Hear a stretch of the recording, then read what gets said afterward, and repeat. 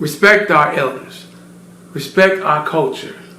Before you do anything and say anything, respect our elders, respect our culture. The brother who bought the Essence Festival, you bought the Essence Festival knowing our history, which y'all say we claim we don't have no history and no culture.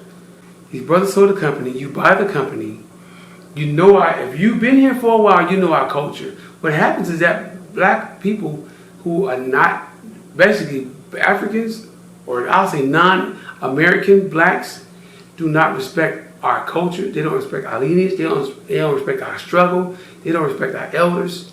And so when this brother bought the Essence, right?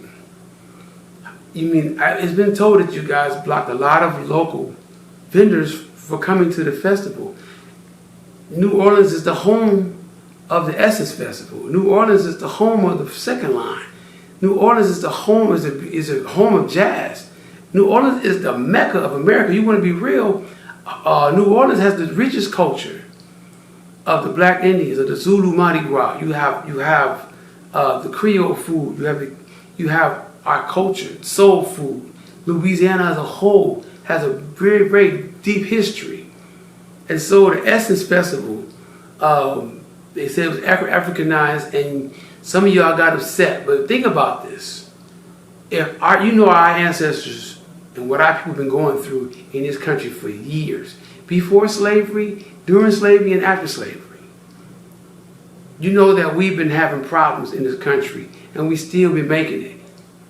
Well, a lot of y'all fled y'all countries and came here. And the thing about it is that Black Americans are the reason why you're able to come here, because our ancestors had to go fight. They had to go out there and make the sacrifice to make it better for our people. So when you came here looking like us, it gave you an advantage as a black person. So how this dude gonna buy how you gonna buy the Essence Festival and then exclude the Black Americans when it's a Black American celebration? The Essence magazine is about the black woman. The Essence Festival was about Black Americans. You come there, you can see all. It's more than just music. You got to realize, Essence brought our artists, our music, the food. Everything in the Essence was our culture. When you went to the Essence Festival, it was all about getting involved with the Black American culture, which y'all claim we don't have. Most Africans and Caribbeans, especially Africans, say we have no culture. Jamaicans will say, oh yeah, y'all know. They don't really trip on it as much as the Africans, but the Africans always say, y'all don't know who y'all are. You guys, but they'll give the Jamaicans props. But the Jamaicans are from Jamaica, they're from North America too.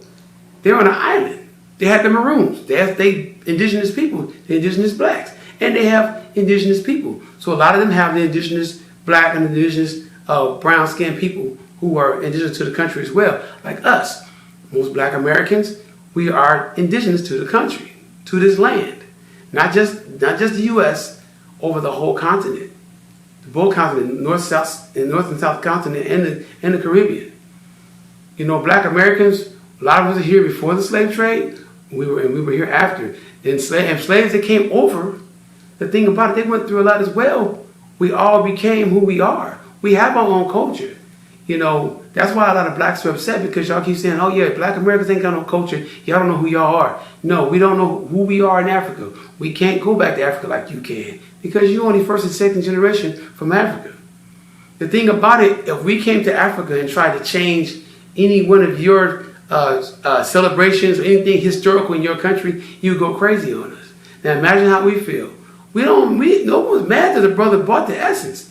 The people are upset because they're excluding the people who actually it represents. Could you imagine?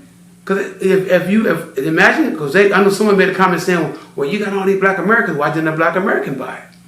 Well, nobody Black American was tripping on it. So when they sold it to the brother from Liberia, we didn't know you didn't think they're going to change the culture of it, because he knows the history. If you lived in America long enough, you know Black American history. You know what we've been going through for all these years.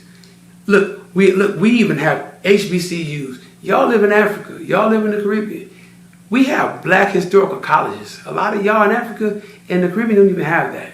And a lot of y'all come over to this country and go to the historical colleges where you learn Black American history.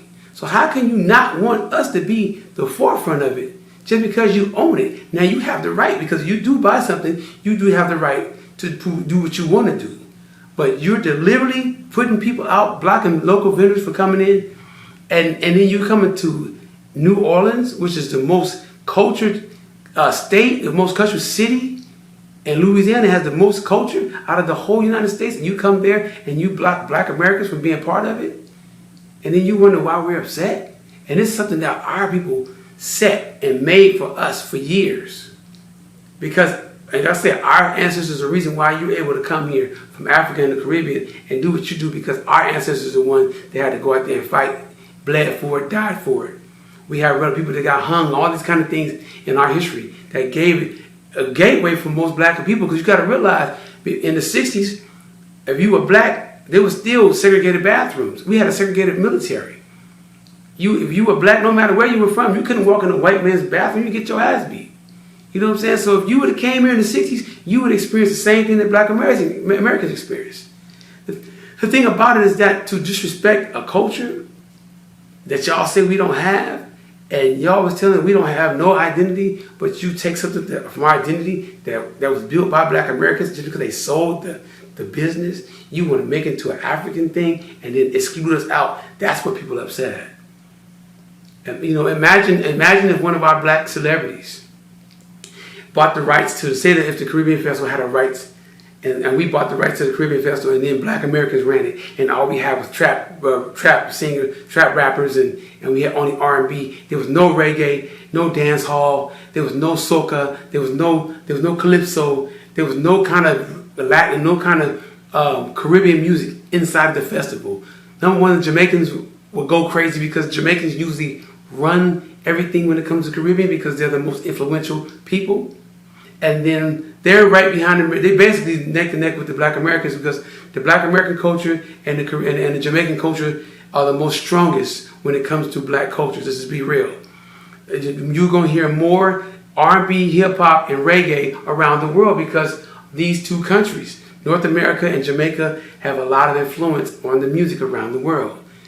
If we did anything like that, if we came to Africa and took over any kind of events and say I bought some kind of event that you guys had there and I bought one of these and I had the money to buy it and I changed it and started bringing Black American artists and kicked all the Africans out, you got to kick us out the country. So you got to be fair, you got to understand.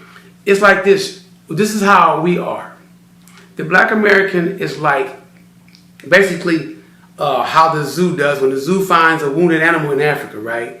They find a wounded lion. They say, oh, we find a wounded lion. So they'll put the wounded lion in and they'll fix his wounds or whatever, and then they'll fly him over to the U.S. Just give you an example. Fly over to the U.S., put him in the zoo, right? Then they'll bring a lioness to mate with him. So then he'll mate with that lion nest and make more lions. Now they're breeding 2, 3, 4 generations. Now say the zoo closed down and you want to send those lions back to Africa. Those lions have been bred in America for 4 or 5 generations. You send them back to Africa, they're not going to know how to survive. And they don't have nowhere to go because they don't know where to go because they've been gone too long. That's the Black American. We've been here too long. If we did, the ones who did come on slave ships, we ain't got nowhere to go back to Africa. And the ones who came here on their own before any kind of European invasion, we were already here. We already have our own indigenous tribes here. You ever heard of the Cherokee? You ever heard of the Choctaw, the Blackfoot, the Wampanoag, the Creek, the Muskegee? These are all Black people who are in tribes. These are the dark-skinned Indians, the people who mix. You have the Black, we call Amerindians, the Aboriginal, and you have the Native American. Black people are already in this country already. A lot of us end up blending together. You know, my great-great-grandmother was a full-blood Cherokee. My great-great-granddad was a Blackfoot Indian. So most Black Americans, well, all Black Americans have that lineage. Even if you have African in your DNA, which they use the DNA and try to sell us, oh, you're 90% African, which is bullshit, because we're not. But they'll tell you that in the DNA, but we have our identity is in this country. Our ancestors have been buried in this country for the last 300, 400 years, 500 years, 600 years. And then you want us to say, well, y'all Africans need to go back home. No, bro, I go to Africa and visit because that is the motherland, But we've been in this country for a while. We built our whole entire history. This is who we are. This is our land. We've been here for a long time. We cannot relate to you unless we go to Africa and visit. But you got to respect our elders. Please, if you do anything, respect our culture, respect our elders. Stop telling us we don't have no culture. That's why people are mad at the Liberian, trying to scold us on Black history. You came to our country because a lot of y'all failed. You guys didn't fight for your rights. You guys didn't do what our people did here. Y'all ran. We stayed here. Our ancestors stayed here, and they fought for this stuff. And they got to change. We use our finances. We use our economics. And y'all keep saying, oh, y'all lazy. Man, we the hardest working people in this country. That's why the country keep thriving. If it weren't for Black America, we built this country. And y'all keep saying we're lazy, and y'all getting ahead of us. Y'all don't even realize a lot of the things that happened to us after integration. You realize we couldn't put our money in banks in the 60s. 80% of our businesses in our community was all Black owned. And when they had the riots, they said we burnt our stuff. No, man, the army came through and bulldozed them businesses.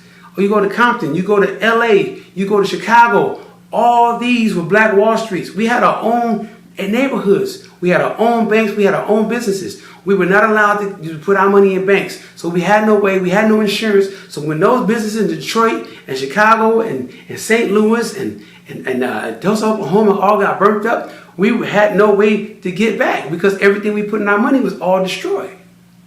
So before you start shitting on our culture and trying to basically push us out of stuff, just because you bought the rights to something, respect us, respect our elders, respect our roots here, respect our entire lineage. Because without our lineage, you would not be here. This is your boy, AJ Black World Traveler. I am out.